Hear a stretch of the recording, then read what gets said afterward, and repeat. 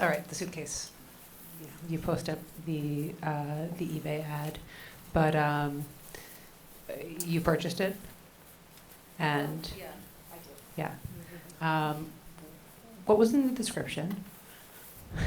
Oh, okay, so the description, that was the actual screenshot of the ad, by the way, at the end. The description did explain that it was a chronicle of sorts of a relationship. And it didn't give a lot of specifics, and the person who sold it hadn't listened to very much of it at all to know a lot of the details.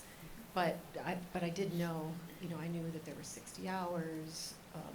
I knew that, and I knew that it was recordings of a man and a woman. And that there was some other ephemera. And Yeah, I mean, that picture that you saw is what was in the suitcase. So, if you look really closely, you can see that there were some slide boxes. You could see that there are a few things in there. But for the most part, when you see things that are shot on this sort of like black staging, like the little labels, Tom loves Jeannie, Jeannie adores Tom, that kind of thing.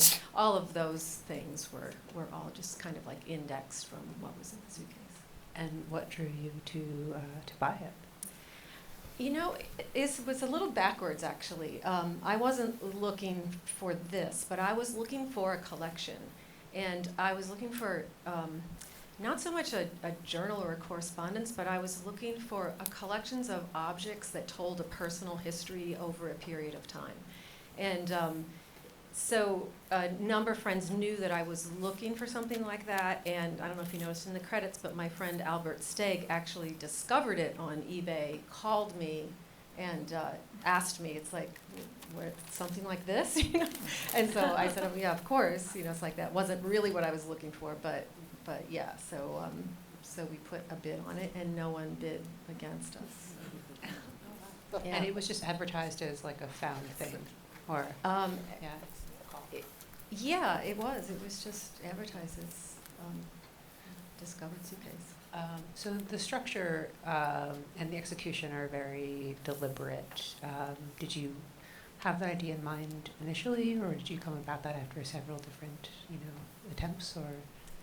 Initially, I had a 30-minute cut that had no images in it at all, and I was hoping at one point that I'd be able to construct an audio piece that would really be for theater, and actually, Jarman's Blue was something that had been an inspiration for me in the past, and so I just thought, well, I could construct some sort of a narrative and could have a beginning, middle, and end, and people could be in a dark space and listening together. It doesn't have to have images. And I just felt like after that 30-minute cut, it was going to be a longer film, and I just wasn't sure that I could sustain it. And so a little reluctantly, I started adding images in, and then I got really interested in how the image and sound relationship was developing, and so that came later and somewhat sparingly, but yeah, so that's how the structure evolved. You just sort of listened to everything and just eventually edited and found a way through it. Well, yeah, but when you work in nonfiction, 60 hours is not even a lot of material, really. I mean, I've done films with hundreds of hours of material, so part of my process is always to transcribe things, to read it and listen to it, and I do a lot of my own transcriptions. So when I'm transcribing, I'm really hearing things, and so I'm making note of background sounds and all the kinds of things. And what I decided to do once I realized it was adulterous affair, I pretty much knew how it was going to end. I mean, you could kind of guess. And so I wasn't really so interested in the chronology as the tapes were recorded. I was sort of more interested in themes that I felt could be exploited with the material. The technology and certain aspects of the love-shame relationship. So I listened to them out of order. And I would just kind of cherry pick and select a tape and not know what I was going to listen to. And And then the other kind of peculiar thing about the technology is with reel-to-reel recording technology, it's 2-track audio tape, and the way that it's recorded is it's not different sides of the tape, it's different tracks on the same side. So you record a side, and then you just exchange the reels, and then you record another track. So one track is running forward, and one track is in reverse. So I was concerned when I was capturing the tapes, because they were so old, that if the emulsion started to peel off or a tape starts breaking, I might not be able to get the sound from both tracks. So I would capture both tracks at the same time, but one of those tracks was in reverse, right?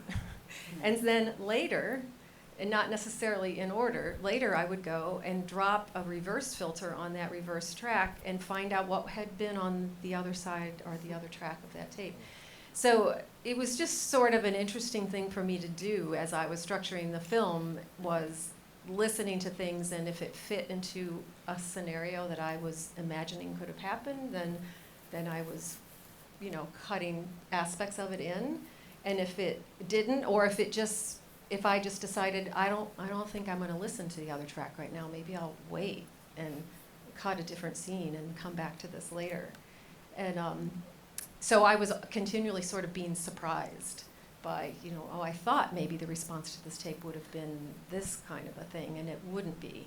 And so that was part of my kind of, it was just part of the practice that I decided to work with, because, I was inventing the film. I didn't have to be sort of beholden to subjects who were alive and talking to me.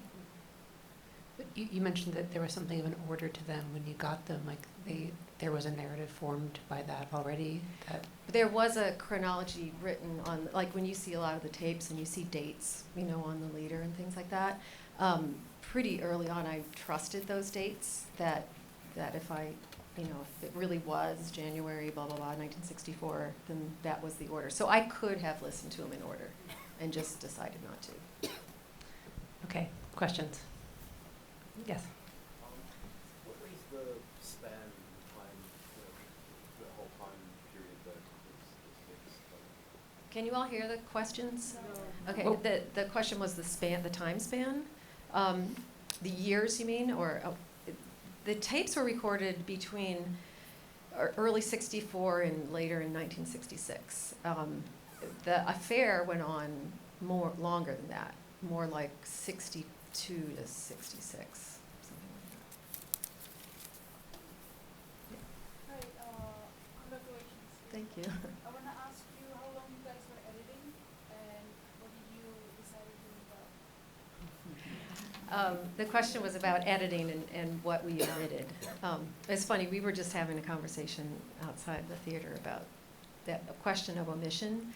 And on the one hand, I think what things are omitted from films, they're often really important things. And so I totally honor that question. In this case, what was omitted was anything that wasn't in the suitcase. So any research that I did or anything I knew about the couple that wasn't included on the recordings would have been omitted. And then obviously of the 60 hours cut down to less than an hour, a lot was omitted, and unsurprisingly, a lot of it was very similar to what was included. A lot of breakups and getting back together and regret and that kind of thing. But there were other aspects of their personalities that were just going to be harder to kind of develop. Alcoholism was actually a really problem, in their relationship, and it's just sort of, I kind of, it's like, how do you address that? I wasn't really sure. I mean, you kind of get a sense that they're drinkers, and so there were things like that, but it's really hard to say. I mean, because there was many things omitted, but I would say for the most part, a lot of it was very similar to what, and then I would just decide, well, which breakup tape is going to be the tape I'm going to use. So what you hear, like I said, that's not the chronology. So what starts wasn't the first tape. The breakup tape that you hear was many of the scenes are actually a combination of like many breakup tapes over a period of a few years that were sort of crafted together to create a scene. Some of the scenes where they're in together, you know, where you hear both their voices, were just invented, and they were not in the same space. So, so sometimes I'd omit things because it didn't have the right tonal quality, and it didn't cut well. So I just used something else, that kind of thing. Thank you, Jane. That was wonderful. Hi, Vasia. Yeah. I want kind of another sort of editing question, having to deal with the imagery that you chose for the particular scenes. What was the process you went through with that? Did you sort of have an idea in mind when you were listening? Did you kind of have images come to you as you were listening to the audio, or was it something where you kind of had a vibe in mind, shot a lot of experimental footage, and then pieced it together? Because I know some of the scenes felt a little claustrophobic and fragmented, where you were only seeing up in the upper right corner, and you felt this sort of suffocation that they might have felt having only a little limited window to one another. But then there were other really close-ups and more intimate shots. So I'm just curious if that was more intuitive process, or if it was something that you kind of felt out. Yeah. Could people hear that? Might be. No. All right. How I chose the imagery, and some of Vasia's comments were about sort of like certain aspects of the film felt very claustrophobic, and that was part of the point, actually. Like initially, since I didn't want to use images at first. Of course, images were, I was thinking of images even when I was cutting the sound. And that became really interesting to me, the idea that I'm cutting the sound, but I was imagining all kinds of things that weren't part of what I was putting together. So I felt pretty strongly that that was going to work, that I could provide a certain sort of portal or a certain kind of image that was open enough that people could project what they were imagining onto it. So some of the images that are more abstract had to do with that, so that people could just, think about, everyone could walk out of here and, have a different imagination of what had happened in a particular scene. And then other things were meant to be more about their personalities. So Tom's imagery was more claustrophobic because that's how I felt about him. And Jeannie's imagery was more expansive and had more about nature. Some images that came really easily to me were, these tapes were recorded in actually a number of Midwestern states, but they were a Midwestern couple, and I'm from the Midwest. And so one of the very first images was fireflies. So I knew I wanted to shoot fireflies, and I was going to shoot that, not even knowing where it was going to go. But I knew I was going to use fireflies somewhere. And then eventually I did things which are very obvious, like I cast Jeannie and Tom as tape recorders, and she was the white Wallensack and he was the kind of dark brown, web core, and shot them with certain filters that I felt worked with their, like she had glimmer and glow filters on hers, and his had fog and mist filters on his shots, and so there were those things, and then also when I was doing the research on the film and just thinking about where they maybe could have lived, I did some trips to the Midwest, and I just chose a place. I chose a place that I thought, okay, Jeannie lives here. And then all the shooting I did for Jeannie, for instance, was in the same location, So when you see those roads, that was the same road, and I was in front of this house. It was on the other side of this pond, and so all of that was just sort of part of my thing, So I did all her shooting in a certain place, and a lot of Tom's shooting was done in the studio, was the more kind of office stuff, and then whatever. I mean, there were so many different devices in the film, and that was a little tricky, but I thought sort of aesthetically, if I could keep it dark and if I could keep things, like to me the isolated windows, with the black completely around them, were referencing the tape boxes that were floating on a dark black stage, So I was doing certain things like that with just match cutting and things. But so anyway, that's some of how it came about. Everyone probably asks you this, but how much actual information about these two people was in the suitcase? There were photographs, I imagine, or slides. Like, were there a lot of them, or just a few, or And I think it's interesting that you chose primarily to omit those. And I mean, I'm curious about why and how you made that decision. So the question is about how much information I was able to kind of glean from the suitcase and why I omitted certain things in the suitcase. I mean, I didn't. Everything I used was not entirely. No, there was locations and stuff that I shot, but the audio that you're listening to was all in the suitcase, and the slides that you see were all in the suitcase. I didn't omit the slides. I just shot them in a way so that you don't see the people in the slides. So, of course, it wasn't important to me who they were. And I know everyone's curious about who they are, but it could have been anybody. And so sort of telling the story of who the real people were was just not the film I wanted to make. So that's the main answer. It just was somebody else can make that film. I was more interested in just the idea of that particular moment a half century ago and what people's lives were like. And so to show you what they looked like would have kind of defeated the point for me in the film that I was making. So that was part of what it was. And then, there were certain things too I was doing with the slides that maybe it was too subtle because not a lot of people even pick up on it, but I shot them in a way so that you're present in the room, right? So I'm projecting the slides oftentimes in a corner of a room. I'm using the architecture of the space. They're at odd angles and they're cropped oddly, and the camera angle was,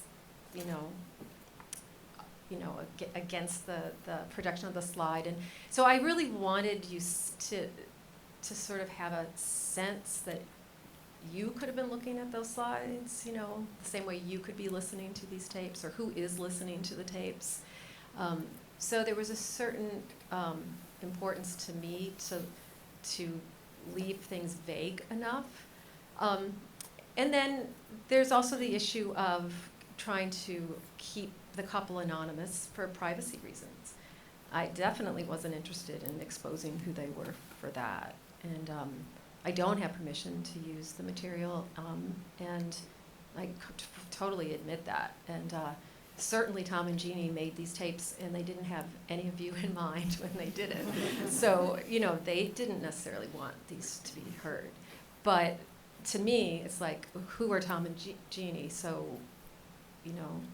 I wasn't really interested in exposing that part. And showing them certainly would have been too risky for that.